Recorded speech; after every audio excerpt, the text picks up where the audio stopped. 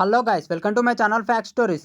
Mass Maharaja Raviteja Harishankar కాంబినేషన్లో భారీ అంచనాలతో తెరకెక్కిన సినిమా మిస్టర్ బచ్చన్. ఆగస్టు 15న ఈ చిత్రం థియేటర్లో రిలీజ్ అయింది. అయితే తాజాగా ఓటీటీ రిలీజ్పై అధికారికంగా ప్రకటన వచ్చేసింది.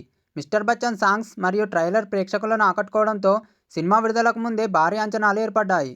కానీ రిలీజ్ తర్వాత మొదటి ఆట నుంచే మిక్స్డ్ టాక్ వచ్చింది. దీంతో బాక్సాఫీస్ వద్ద ఈ మూవీ భారీ డిజాస్టర్గా నిలిచింది. పీపుల్ మీడియా ఫ్యాక్టరీ నిర్మించిన ఈ చిత్రంలో రవితేజకు జోడిగా భాగ్యశ్రీ బోర్సే జోడిగా కనిపించారు. సినిమా డిజాస్టర్ టాక్ వచ్చినా పాటలు బాగుండటంతో ఓటీటీలో చూద్దాంలే అనుకున్న వారే ఎక్కువ ఉన్నారు. తాజాగా నెట్ఫ్లిక్స్ మిస్టర్ బచ్చన్ ఓటీటీలోకి తీసుకొస్తున్నట్లు ప్రకటించింది.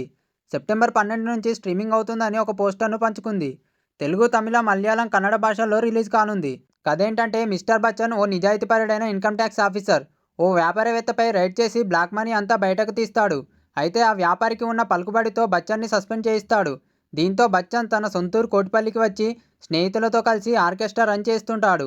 ఈ క్రమంలో మార్వాడి అమ్మాయి జిక్కి అనగా భాగ్యశ్రీ బోర్సేతో తొలి చూపులోనే ప్రేమలో పడతాడు. వీరి ప్రేమ విషయం ఇంట్లో తెలిసిన రోజే తన సస్పెన్షన్ను ఎత్తివేసిన విషయం తెలుస్తుంది.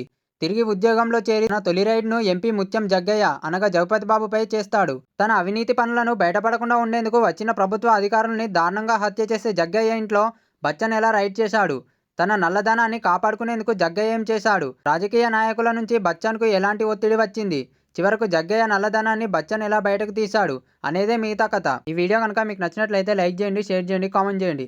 మరిన్ని మూవీ అప్డేట్స్ కోసం మన ఛానల్ని ఇప్పుడే సబ్స్క్రైబ్ చేసుకోండి. పక్కనే ఉన్న గంటను కూడా నొక్కండి.